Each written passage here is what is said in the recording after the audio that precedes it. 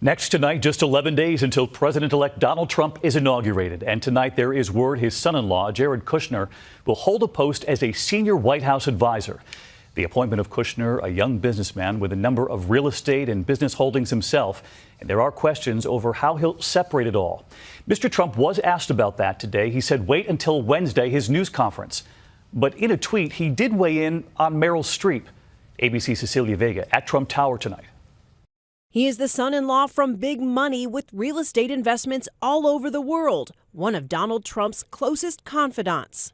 And tonight, ABC News learning that Ivanka Trump's husband, Jared Kushner, will take an official role in the West Wing as a senior advisor to the president. The president-elect praising his talents. I'd love to have Jared helping us on deals with other nations and see if we can do peace in the Middle East and other things. He's very talented. He's a very talented guy. Ethics experts split over whether Kushner's formal role in the Trump administration would violate federal anti-nepotism laws.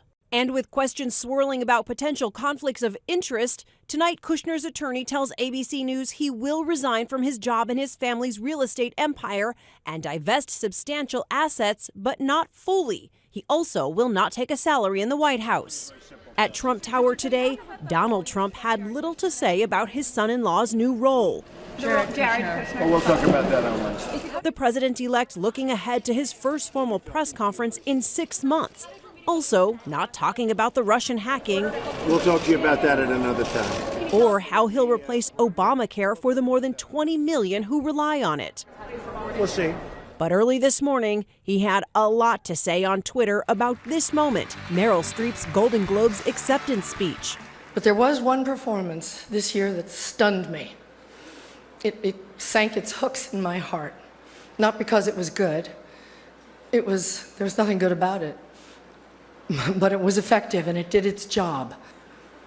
It was that moment when the person asking to sit in the most respected seat in our country imitated a disabled reporter, someone he outranked in privilege, power, and the capacity to fight back. The actress referring to this moment. Got to see this guy. I don't know what I said. I don't remember. Trump talking about a reporter from the New York Times. It kind of broke my heart when I saw it, and I still can't get it out of my head because it wasn't in a movie. It was real life.